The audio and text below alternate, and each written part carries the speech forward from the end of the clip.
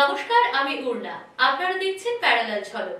Digital মিডিয়ায় এই প্রথম আপনাদের জন্য বাংলায় খেলার বুলেটিন। আইএসএল এর সব খবর তো রয়েছে, সেই সঙ্গে ফুটবলের যাবতীয় খবর নিয়ে দেখতে থাকুন খেল সকার। গতবার লিগ শিল্ড চ্যাম্পিয়ন হলেও মুম্বাই সিটি এফসির কাছেই আইএসএল নকআউট চ্যাম্পিয়ন হওয়ার স্বপ্নভঙ্গ হয়েছিল মোহনবাগান সুপার জায়ান্টের। এবারও লিগ শিল্ড চ্যাম্পিয়ন হয়ে গিয়েছে হোসে মলিনার দল। চ্যাম্পিয়ন হওয়ার পরই প্রথম ম্যাচ মুম্বাই সিটি এফসির বিরুদ্ধে। মুখে কিছু না বললেও এটা যে মোহনবাগান দলের কাছে প্রতিশোধের ম্যাচ তা বলার অপেক্ষা রাখে না। আইএসএলের মঞ্চে বারবারই মুম্বাই সিটি এফসি গাঁট হয়ে দাঁড়িয়েছে মোহনবাগানের। এবারও মুম্বাইয়ের সঙ্গে এগিয়ে থেকেও ড্র করেছে সবুজ মেরুন ব্রিগেড। গতবার শিল্ড জিতলেও এই মুম্বাইয়ের কাছে হেরে গিয়েছিল। সেই কথা মাথায় রেখেই এবার জিততে মরিয়া মোহনবাগান। সেই সঙ্গে মুম্বাইয়ের ঘরের মাঠে প্রতিশোধটাও নিতে চাইবেন Jose Molina. Mumbai is a tough opponent, really good team, really good players. Maybe they didn't have the success this season to be in the top places of the table, right? During the season, but I think they play really well. They play really well. They are playing really well. They had really good players, but okay, football sometimes. বদলা নয়, মানে বদলা এই অর্থে এরকম হয় না, কেননা প্রত্যেকবারই আসবে, এরকম প্রত্যেকটা খেলা আসবে।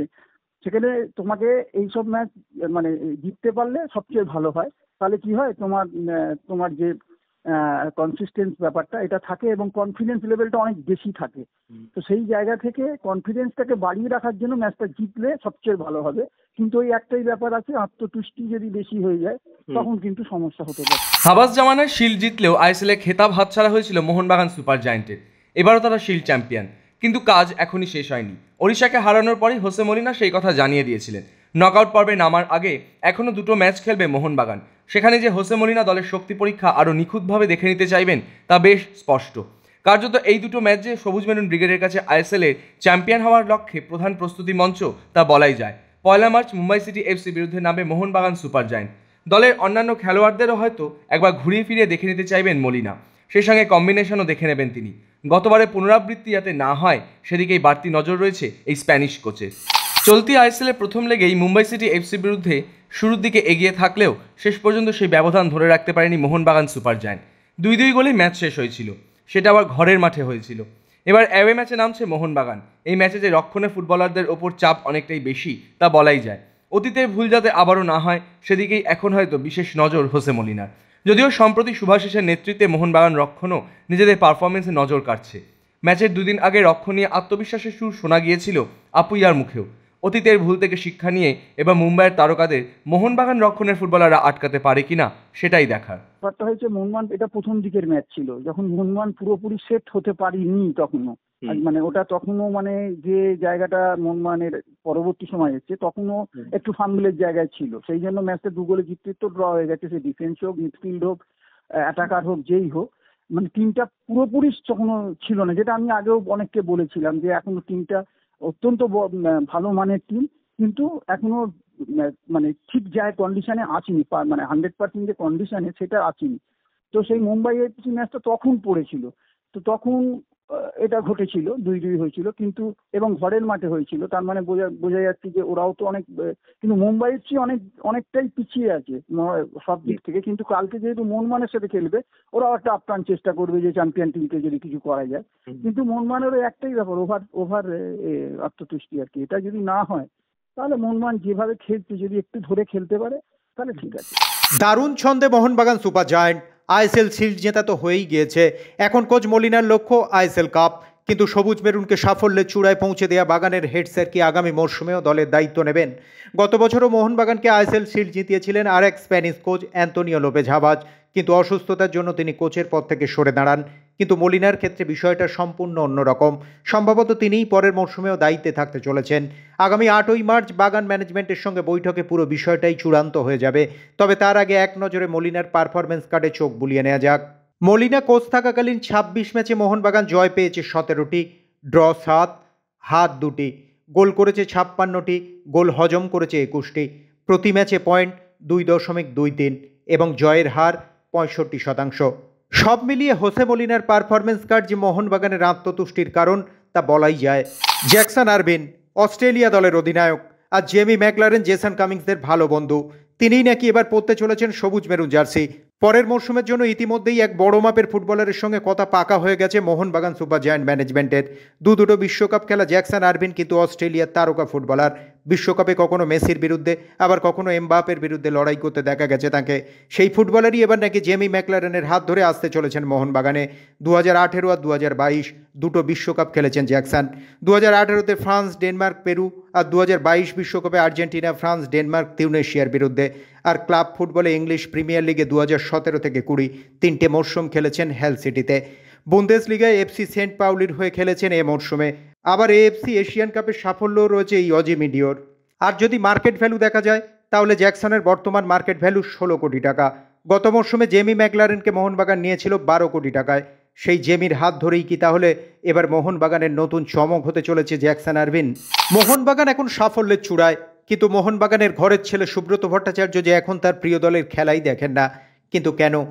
তবে তিনি শুনেছেন, সঞ্জীব গোয়েঙ্কার বার্তার কথা শুনেছেন। আন্তর্জাতিক পর্যায়ে সাফল্য পাওয়াই এবার তাদের লক্ষ্য। সেই সব নিয়ে কি বলছেন বাবলু ভট্টাচার্য?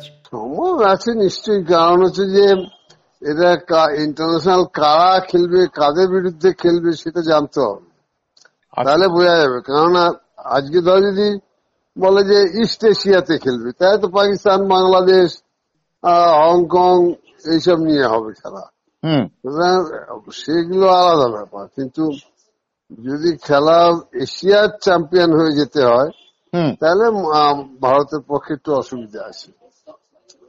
না মানে যেখানে এখন সৌদি আরবের দলগুলো, যেখানে রোনাল্ডো, মানে সাদিও মানে এই সমস্ত প্লেয়ারদের নিয়ে যেখানে লড়ছে, সৌদি আরব হোক, ইসরায়েল হোক, ইরান হোক, এরা সবই এরা কম্পারেটিভলি আমাদের থেকে একটু এগিয়ে আছে, এই আর কি। সেখানে মোহনবাগানের মানে ধরুন কত দূর যেতে পারবে আপনার মনে হয়? জানি না, আমি খেলা তো দেখিনি এখনো, আর কোয়ালিটিও জানা নেই। তবে আমি মনে করি যে যদি সাফল্য পায় তাহলে আমরা খুব খুশি হব, যেটা একটু কষ্টকর হবে, এই হচ্ছে ব্যাপার। আর আরেকটা কথা, মোহনবাগানের এই যে লিগ সিলটা জিতে গেল, এবারে মোহনবাগানের পক্ষে কি কাপ জেতা কি সম্ভব? আইএসএল এর কাপ জেতা কি সম্ভব? জিততে পারে, না জেতার কিছু নেই। মোহনবাগান তো জেতেনি তা না, জিতেছে তো আগে। আরারাতকে হারিয়ে আমরা তো আইপিএল জিতেছি। সুতরাং সেখানে জিতে দেখা যাক, সেটা খেলার দেখে বোঝা যাবে। খেলা তো এখনো দেখিনি আমি মোহনবাগানে, না দেখলে বলা যাবে না। কোন প্লেয়ারের কি কোয়ালিটি আছে সেটা জানতে হবে।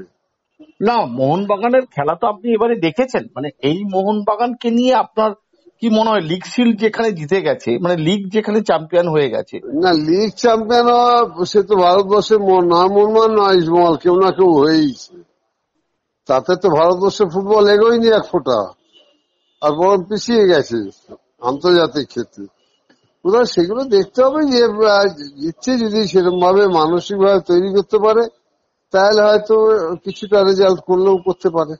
তো যেদিনকে মোহনবাগান লিগ সিল জিতলো, মানে যেদিনকে লিগ পেলো আর কি, সেদিনকে মানে আপনি তো খেলাটা দেখেছেন? মানে কি? না, আমি খেলা দেখিনি। কেন খেলা দেখেননি কেন? মানে মোহনবাগান না, আমি জানতামও না, আমি দেখিও নি, কি করে বলবো আর। মানে এখন কি আপনি মোহনবাগানের খেলা দেখা কি ছেড়ে দিয়েছেন? না, ছেড়ে দিয়েছি মানে কি, আমি যে সুযোগ সুবিধা পাই না, সময় পাই না, তাই দেখি না। ওড়িশার সঙ্গে গোলশূন্য ড্র মোহামেডানের, আর তাতেই খানিকটা সুবিধা হলো ইস্টবেঙ্গলের। অনেক অঙ্কের ওপর ভর করে সুপার সিক্সে পৌঁছতে হবে লাল হলুদ ব্রিগেডকে। সেখানে অস্কারের দলের সামনে অন্যতম প্রধান বাধা ওড়িশা। তারা 3 পয়েন্টের বেশি পেলেই ইস্টবেঙ্গলের আশা শেষ। শুক্রবারের ড্র খানিকটা হলো স্বস্তি দেবে ইস্টবেঙ্গলকে। অস্কারের হাত ধরে এবারের আইএসএলে প্রথমবার পরপর 3 ম্যাচ জিতেছে ইস্টবেঙ্গল। আগামী 2 তারিখ ঘরের মাঠে বেঙ্গালুরু এফসি বিরুদ্ধে নামবে লাল হলুদ ব্রিগেড। কিন্তু সেই ম্যাচেও বিষ্ণুকে পাওয়া যাবে কিনা তা নিয়ে প্রশ্ন থেকেই যাচ্ছে। এদিন অবশ্য হালকা অনুশীলন করেছেন তিনি, তার চোটও এখন অনেকটাই কম। কিন্তু সামনেই রয়েছে এএফসির ম্যাচও, সেই কথা মাথায় রেখেই ছক কষতে হচ্ছে অস্কার ব্রুজোকে। তবে এদিনও রিহাব সারলেন নন্দকুমার। একটানা ম্যাচ হওয়ায় এদিন প্রথম একাদশে ফুটবলারদের হালকা অনুশীলনেই রেখেছিলেন ইস্টবেঙ্গল কোচ। অস্কারের বিচারে আইএসএলের প্রথম 6 রাস্তা এখনও খোলা রয়েছে। শুক্রবার থেকে শুরু হলো তারই প্রস্তুতি। ঘরের মাঠে বেঙ্গালুরুকে ইস্টবেঙ্গল হারাতে পারে কিনা সেটাই দেখার। ইস্টবেঙ্গলের পরের মরশুমের কোচ অস্কার ব্রুজোই। এই খবর আমরাই প্রথম প্রকাশ করেছিলাম। তার সঙ্গে বসে ইমামি ইস্টবেঙ্গল টিম ম্যানেজমেন্ট মৌখিক চুক্তি তো সেরেই রেখেছিলেন, এবার সেই চুক্তিপত্রে সইও করে দিলেন অস্কার। চুক্তিপত্রে সই করার পাশাপাশি কর্তাদের তিনি জানিয়েছেন 3 বিদেশির নাম। পরের মরশুমের জন্য সেই 3 জনকে ইতিমধ্যেই টার্গেটই শুধু নয়, তাদের সঙ্গে কথাবার্তাও শুরু করে দিয়েছে ইস্টবেঙ্গল। অস্কার নিজের মতো করে পরের মরশুমের জন্য দল সাজাতে চেয়েছেন, আর ম্যানেজমেন্ট তাতে রাজি হতেই পরের মরশুমের জন্য ইস্টবেঙ্গলের চুক্তিপত্রে সই করে দিলেন অস্কার ব্রুজো। রিচার্ড সেলিসের খেলা ইস্টবেঙ্গলিদের মনে ধরলেও কোচ অস্কার ব্রুজোর গুডবুকে একেবারেই নেই সেলিস, তাই পরের মরশুমে তাকে নিয়ে ভাবছে না ইস্টবেঙ্গল। সম্ভবত মরশুম শেষ হতেই ছেড়ে দেওয়া হবে সেলিসকে। এদিকে ক্লেটনের চোটের যা অবস্থা, সুপার কাপেও পাওয়া যাবে না তাকে। এমনিতেই পরের মরশুমে রাখা হচ্ছে না ক্লেটনকে, কারণ ইস্টবেঙ্গল কোচ নতুনভাবে বিদেশি চয়ন করতে চান পরের মরশুমের জন্য। ইস্টবেঙ্গল কি সুপার 6-এ যেতে পারবে? অঙ্ক করছেন লাল হলুদ কোচ অস্কার ব্রুজো থেকে সমর্থকরা। কিন্তু ইস্টবেঙ্গলের যে কোনো সম্ভাবনাই নেই, সেটাই জানালেন লাল হলুদের ঘরের ছেলে মনোরঞ্জন ভট্টাচার্য। কেন এই হাল শতাব্দী প্রাচীন ক্লাবের, কি বলছেন মনোরঞ্জন? মানে সুপার 6-এ যাওয়া কি সম্ভব ইস্টবেঙ্গলের পক্ষে? আমরা যারা প্র্যাকটিক্যাল বা এই ফিল্ডের সঙ্গে আছি তাদের কাছে যদি এখন মানে এটা অবাস্তব না, যেটা বাস্তব সত্যি কথাটা বলতে হয়, তো এই মুহূর্তে যাওয়ার মানে 99% যাওয়ার চান্স নেই। আচ্ছা, বুঝতে পারলে তো? সুতরাং আমি এটা বলে দিলাম 99% যাওয়ার চান্স নেই। আর তারপরটা কি বললে? তারপরটা হচ্ছে যে ইস্টবেঙ্গলের এই হালটা হলো কেন? এই হালটা শোনো, একটা শুরু আমাদের একটা প্রবাদ আছে না, a good start half the done. একটা হচ্ছে একটা ভালো রেজাল্ট করতে গেলে একটা ভালো শুরু দরকার। আচ্ছা, এই আমাদের শুরুটা খুব বাজে হয়েছে। প্রথম 6টা ম্যাচে 0।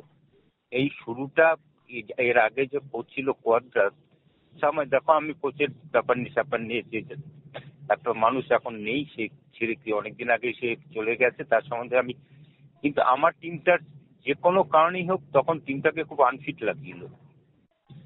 টিমটা আনফিট মানে 90 মিনিট খেলার মতো কন্ডিশন ছিল না। আচ্ছা, এবং যার জন্য তুমি দেখবে ইস্টবেঙ্গল কিন্তু অনেকগুলো ম্যাচ আর্লি গোল করেছে। দেখবে শুরুতে গোল করেছে, তারপরে সেই গোল ধরে রাখতে পারেনি। তার কারণ this is lack of condition. মানে কন্ডিশনটা মানে সেই জায়গায় নেই। শুরুটা যতটা ইয়েতে করছে, দাপট নিয়ে করছে, আস্তে আস্তে এটা ব্রিদিং প্রবলেম হয় বা স্ট্যামিনার প্রবলেম হয়, সেটা করতে হয় না। যে ডাক্তার তারপর আসার পর, এই ব্রুজো আসার পর এটাকে ঠিক করে রিকভারি করছে। এখন ব্যাপারটা হচ্ছে শুরু যে ধাক্কাটা, এই ধাক্কাটা একটা বিশাল ধাক্কা। 6টা খেলে 0, এটা বেশি 1 নম্বর। 2 নম্বর যেটা হয়েছে ইস্টবেঙ্গলে আমি দেখছি এখন পরের দিকটায় মাঝে মাঝে কিছু ইনজুরি হচ্ছে। দেখো ইনজুরি এখন ব্যাপারটা হচ্ছে, একটা ইনজুরি হতেই পারে খেলার মধ্যে, এবং ফুটবল খেলা একটা কথাই আছে, যাদের রিজার্ভ বেঞ্চ খুব ভালো, রিজার্ভ বেঞ্চের শক্তি খুব ভালো, সেই টিমের সাকসেস পাওয়ার সম্ভাবনা বেশি। আমি এর জন্য বললাম, এখন ধরো ইস্টবেঙ্গল টিমে এক একটা পজিশনে 2 বা 3টে প্লেয়ার আছে। এখন ধরো সে প্রথম প্লেয়ারটা যদি 175 দিই, তারপরটা যদি 40-এ চলে যায়, তাহলে কিন্তু সেই জায়গাটা প্রবলেম হয়। বুঝতে পারলে তো?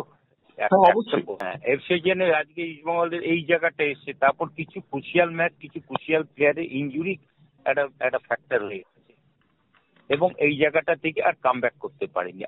আমার মনে হচ্ছে যে এখন সঠিক যদি থাকতো, রিপ্লেসমেন্ট থাকতো মোহনবাগানের। দেখো মোহনবাগানের একটা গুণ হচ্ছে, মোহনবাগান যখনই কোনো প্লেয়ার ইনজুরি হচ্ছে বা কোনো প্লেয়ার, বিদেশি প্লেয়ার বিশেষ করে, কারণ বিদেশি প্লেয়ার কোন রকম ওদের মনে হচ্ছে না এই প্লেয়ারটা চলবে, ইনস্ট্যান্ট ওরা কিন্তু রিপ্লেস করে নিচ্ছিল। তুমি দেখো অনেকগুলো প্লেয়ার পরে রিপ্লেস করে নিয়েছে। ইস্টবেঙ্গলে কিন্তু সেই সুযোগটা ছিল না, কারণ মোহনবাগানের যে ইনভেস্টার, তার সঙ্গে ইস্টবেঙ্গলের ইনভেস্টারের মানসিকতার একটু ডিফারেন্স আছে। আমার যেটা মনে হচ্ছে, মোহনবাগান ইনভেস্টার সে যেহেতু born and brought up from Kolkata, এবং সে ফুটবলটা ও নিজেই বলেছে ইন্টারভিউতে যে ছোটবেলা থেকে মোহনবাগান সমর্থক ছিল, সুতরাং এটা একটা সত্যি। আর আরেকটা ব্যাপার হচ্ছে, মোহনবাগানের যে ইনভেস্টার আমাদের যে মানে সঞ্জীব গোয়েঙ্কা, সে আমার মনে হচ্ছে তার সে কিন্তু ফুটবলে কিন্তু সে ইনভেস্ট করছে, কিন্তু ক্রিকেটেও তার টিম আছে। সুতরাং আমি বেসিক্যালি সেই মানুষটা মানে স্পোর্টস লাভার। এটা একটা সুতরাং মোহনবাগান এই জায়গাটা খুব অ্যাডভান্টেজ পেয়ে গেছে। মোহনবাগানের যে ফুটবল বাজেট তার সঙ্গে ইস্টবেঙ্গলের ফুটবল বাজেটের হিউজ ডিফারেন্স, আমি বলে দিচ্ছি। যদিও আমি সঠিক জানি না কতটা, কিন্তু হিউজ ডিফারেন্স আছে। তার কারণ ইনস্ট্যান্ট প্লেয়ার রিপ্লেসমেন্ট 1 নম্বর, আর 2 নম্বর যেটা হচ্ছে, দেখো মোহনবাগানে একটা যে টিমটা মোহনবাগান খেলছে সেই টিমটা কিন্তু একই টিমটা রেখে দিয়েছে অলমোস্ট, শুধু একটা দুটো রিপ্লেস হচ্ছে। তুমি দেখো টিমটাকে গত 3-4 বছর ধরে। এবার সেটা একটা অ্যাডভান্টেজ, কিন্তু এটা যেহেতু আমরা এই দীর্ঘদিন খেলেছি ফুটবলটা, সুতরাং সেটা একটা অ্যাডভান্টেজ, এবং সেই অ্যাডভান্টেজটা মোহনবাগান পাচ্ছে, এবং মোহনবাগান নিঃসন্দেহে বেটার টিম, এই তো আমরা জোর করে তো বলবো না। সুতরাং সেই মোহনবাগান সেই দিক দিয়ে রেজাল্ট পাচ্ছে। যখনই কোনো প্লেয়ার চেঞ্জ হচ্ছে, মানে প্লেয়ারের অফ ফর্ম থাকছে, সঙ্গে সঙ্গে রিপ্লেস করে নিচ্ছে। বিদেশি প্লেয়ার অফ ফর্ম, একটা রিপ্লেস করে একটা বিদেশি এলো। মোহনবাগানের যে স্ট্রাইকারটা যে আনলো পরে, যে অস্ট্রেলিয়ার যে একটা নতুন স্ট্রাইকার আনলো, সে হয়তো পরে এসছে। সুতরাং এই জায়গাটা ডিফারেন্স হয়ে গেছে। তবে এই শুরু থেকে যদি এই কোচটা থাকতে হয়তো ইস্টবেঙ্গল সুপার 6-এ যেত আমার মনে হয়। মুম্বাইয়ে এল ক্লাসিকো? হ্যাঁ, আগামী 6 এপ্রিল নভি মুম্বাই সাক্ষী থাকতে চলেছে বিশ্বের সবচেয়ে বড় ডার্বি এল ক্লাসিকোর। ডিওয়াই পাটিল স্টেডিয়ামেই হবে এই ম্যাচ। তবে এমবাপ্পে কিংবা ইয়ামালদের অবশ্য দেখা যাবে না সেই ম্যাচে। ডিওয়াই পাটিল স্টেডিয়ামে এল ক্লাসিকোর মঞ্চে নামতে চলেছেন লুই ফিগো, মোরিয়েন্তেসদের মতো তারকারা। প্রদর্শনী ম্যাচে দেখা যাবে লেজেন্ডসদের এল ক্লাসিকো। ফিগো, রিভালডোরা তো রয়েছেনই, সেই সঙ্গে মাঠে নামবেন আরও অন্যান্য প্রাক্তন তারকা। মেসি সুয়ারেজ জুটি যে সর্বকালের সেরা তা আরও একবার প্রমাণ হলো গত বুধবার রাতে স্পোর্টিং কেসির বিপক্ষ ম্যাচে। সেখানে সুয়ারেজের বাড়ানো বলে ভলিতে অনবদ্য গোল করেন লিওনেল মেসি। এর ফলে দুজনের সম্মিলিত গোল সংখ্যা দাঁড়িয়েছে 100। কেরিয়ারে লম্বা সময় দুজনে একসঙ্গে খেলেছেন। পরিসংখ্যান বলছে মেসির সঙ্গে জুটি বেঁধে সুয়ারেজ 55 গোলে অ্যাসিস্ট করেছেন মেসিকে। অন্যদিকে মেসির অ্যাসিস্টে সুয়ারেজ করেছেন 45 গোল। আর্জেন্টাইন মহাতারকার অ্যাসিস্টে এর চেয়ে বেশি গোল আর কারও নেই। নতুন মেসি পরিচয় নিয়েই ফুটবল দুনিয়ায় আবির্ভাব ক্লদিও এচেভেরির। কেউ কেউ তার মধ্যে খুঁজে পান মেসি ও রোনাল্ডোর ছায়া। বয়সভিত্তিক দলে তার পারফরমেন্স নজরকাড়ি ইউরোপিয়ান ক্লাবগুলোর। নানা গুঞ্জনের পর গত বছরের জানুয়ারিতে তাকে দলে নেয়ার কথা নিশ্চিত করে ম্যানচেস্টার সিটি, কিন্তু সিটিতে যোগ দিলেও তখনই মাঠে নামা হয়নি তার। চলতি বছরের জানুয়ারি পর্যন্ত লোনে থেকে যান রিভার প্লেটেই। অবশেষে অনূর্ধ্ব-20 দক্ষিণ আমেরিকান চ্যাম্পিয়নশিপ পর্ব শেষ করে গত বৃহস্পতিবার সিটির জার্সি গায়ে তুললেন এচেভেরি। আপাতত দলের 30 নম্বর জার্সিতে দেখা যাবে তাকে। সিটির সঙ্গে তার চুক্তি 2028 সাল পর্যন্ত।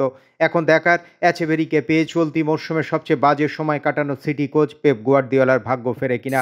বার্সেলোনা কোচ হান্সি ফ্লিক কি আগুন নিয়ে খেলছেন? কেননা প্রতি ম্যাচে অফসাইডের যে ফাঁদ তিনি পাচ্ছেন সেখানে একটু 19-20 হওয়া মানেই নিশ্চিত গোল হজম। কিন্তু গত বছর থেকে বার্সেলোনা কোচের দায়িত্ব নেওয়ার পর থেকে প্রায় প্রতি ম্যাচেই এই ফাঁদ পাতলেও তা এখনও পর্যন্ত বার্সার গলার কাঁটা হয়ে ওঠেনি। বরং হাইলাইন ডিফেন্স সাজিয়ে হান্সি ফ্লিক নিয়মিত প্রতিপক্ষকে এই ফাঁদে আটকে ফেলছেন। আর বার্সার অফসাইড ফাঁদে পড়ে নাকানি চুবানি খাওয়া সবচেয়ে বড় দলটির নাম রিয়াল মাদ্রিদ।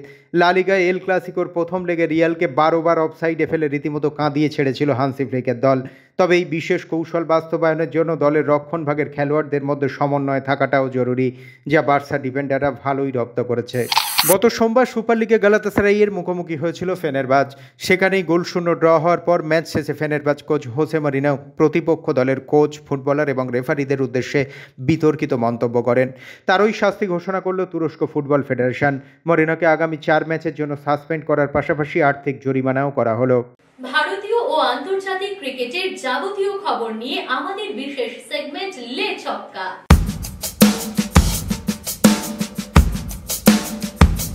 চ্যাম্পিয়ন্স ট্রফিতে ভারতের সেমিফাইনাল নিশ্চিত হয়ে গেছে। তবে গ্রুপ পর্বে সবকটা ম্যাচ জিতেই সেমিফাইনালে নামতে চায় টিম ইন্ডিয়া। সেই লক্ষ্যেই নিউজিল্যান্ডের বিরুদ্ধে নামছে ভারত। কিন্তু সেই ম্যাচেই অনিশ্চিত ভারতীয় দলের অধিনায়ক রোহিত শর্মা। হ্যামস্ট্রিংয়ে চোট রয়েছে তার। সেই কারণেই রোহিতকে নিয়ে বাড়তি ঝুঁকি নিতে নারাজ ভারতীয় দলের কোচ গৌতম গম্ভীর। সেমিফাইনালে রোহিত শর্মাকে যে ভারতীয় দলের সবচেয়ে বেশি প্রয়োজন তা বলার অপেক্ষা রাখে না। অন্যদিকে নিউজিল্যান্ডের বিরুদ্ধে রোহিত শর্মা না খেললে অধিনায়ক হিসেবে অভিষেক হতে পারে শুভমান গিলের। শুধুমাত্র তাই নয়, এই ম্যাচেই সহ অধিনায়ক হিসেবে টিমে ফিরতে পারেন ঋষভ পান্থ। আগামী 2রা মার্চ নিউজিল্যান্ডের বিরুদ্ধে নামবে ভারত। সেখানে একাধিক রেকর্ডের হাতছানি রয়েছে বিরাট কোহলির সামনে। পাকিস্তানের বিরুদ্ধে সেঞ্চুরি ইনিংস দিয়ে প্রত্যাবর্তন করেছেন বিরাট। সেই পারফরমেন্সে যদি নিউজিল্যান্ডের বিরুদ্ধে ধরে রাখেন তবে সচিন টেন্ডুলকারের সঙ্গে এলিট তালিকায় ওঠার পাশাপাশি তাকে টপকে যাওয়ারও সুযোগ রয়েছে বিরাট কোহলির সামনে। নিউজিল্যান্ডের বিরুদ্ধে তিনি যদি 85 রান করেন তবে আন্তর্জাতিক ক্রিকেটে 5ম ক্রিকেটার হিসাবে 3000 রানের মাইলস্টোন ছোঁবেন বিরাট কোহলি। এছাড়া যদি আরও 105 রান করেন তবে ওডিআই ফরম্যাটে ভারতীয় ক্রিকেটার হিসাবে নিউজিল্যান্ডের বিরুদ্ধে সর্বোচ্চ রান করে টপকে যাবেন সচিন তেন্ডুলকরকেও। বিরাটের দিকেই এখন তাকিয়ে সকলে। আবারও একবার কোহলির ব্যাটে বিরাট রান দেখা যায় কিনা সেটাই দেখার। চ্যাম্পিয়ন্স ট্রফি সেমিফাইনালে পৌঁছে গেছে ভারত। পাকিস্তানের বিরুদ্ধে দুরন্ত পারফরমেন্স দেখিয়েছেন বিরাট কোহলি। তাকে নিয়ে উচ্ছ্বসিত প্রাক্তন বিশ্বকাপ জয়ী তারকা দিলীপ ভেঙ্কসারকার। বড় মঞ্চে বিরাটকে নিয়ে আরও আশাবাদী তিনি। একই সঙ্গে এবারে চ্যাম্পিয়ন্স ট্রফিতে ভারতকে চ্যাম্পিয়ন হওয়ার অন্যতম দাবিদার হিসেবেও দেখছেন তিনি। Virat is an outstanding cricketer. He's one of the best in the world. The off late he's not been scoring runs, but I knew that he's going to score runs in a big match because he's got a big match temperament. And against Pakistan, it's a big game, and he did so very well. He not only scored 100 but remained not out till the very end, which is really important from team's point of view. And I hope he continues to do the same for the rest of the tournament. And I'm sure he will do it because he's extremely fit, extremely focused and passionate about cricket. And I wish him all the success. Very good chance because India is doing extremely well in Champions Trophy. In all the matches they have played so far, they look very good. We got a good all-round team. We got good spinners and good fast bowlers, good all-rounders and good batters who are all in good form. So I hope they do well. বেশ কয়েকদিন ধরেই ভারতের খেলা নিয়ে নানান প্রশ্ন তুলছেন নাজির Hussain, mic আর্থারটনরা। কার্যত ভারত এক ভেন্যুতে খেলার ফলে নাকি বাড়তি সুবিধা পাচ্ছে, এমনই নানান প্রশ্ন তুলছিলেন তারা। তাদের সপাটে জবাবটা দিয়ে দিলেন এই প্রাক্তন cricketer. Stop moaning, that's what I feel, you know. I mean, you can't just moan all the time. If you lose, you lose. Because you play badly. And England played badly. As simple as that. এদিনই কাশীপুর বেলগাছিয়া অনূর্ধ্ব 19 MLA cup উদ্বোধন করলেন দিলীপ ভেঙ্কসারকার। ইংল্যান্ডের ODI ও T20 অধিনায়কের পদ থেকে ইস্তফা দিলেন জস বাটলার। আফগানিস্তানের বিরুদ্ধে বিরাট হার এবং চ্যাম্পিয়ন্স ট্রফির গ্রুপ পর্ব থেকে ছিটকে যাওয়ার পর থেকেই উত্তাল হয়েছিল ব্রিটিশ ক্রিকেট মহল। বাটলারের দায়িত্ব ছাড়ার কথাও শোনা গিয়েছিল অনেকের মুখে। শেষ পর্যন্ত সেই সিদ্ধান্তই নিয়ে ফেললেন জস বাটলার। শুক্রবার দক্ষিণ আফ্রিকার বিরুদ্ধে শেষ ম্যাচে নামবে ইংল্যান্ড। অধিনায়ক হিসাবে সেই ম্যাচেই শেষবার দেখা যাবে তাকে। 7 বছর পর আবারও একসঙ্গে ধোনি ও রবিচন্দ্রন অশ্বিন। আগামী 22শে মার্চ থেকে শুরু হতে চলেছে এবারের আইপিএল। তারই প্রস্তুতিতে নেমে পড়েছে চেন্নাই সুপার কিংস। দীর্ঘদিন পর ফের একসঙ্গে ধোনি এবং অশ্বিন। চেন্নাই সুপার কিংস একটি ভিডিও প্রকাশ করেছে, সেখানেই দেখা যাচ্ছে একসঙ্গে চেন্নাইয়ের অনুশীলনে নামছেন এই দুই তারকা। ধোনির নেতৃত্বে সিএসকে 2010-11 সালে পরপর ট্রফি জেতার অন্যতম শরিক ছিলেন অশ্বিন। ধোনির অন্যতম ম্যাচ উইনারও ছিলেন এই তারকা ক্রিকেটার। আবারও তারা একসঙ্গে আইপিএলে কোনো চমক দেখাতে পারে কিনা সেটাই দেখার। হকি থেকে দাবা, টেনিস থেকে সাঁতার, ফুটবল, ক্রিকেট ছাড়াও অন্যান্য সব খেলার খবর নিয়ে আমাদের বিশেষ সেগমেন্ট উইং প্লে।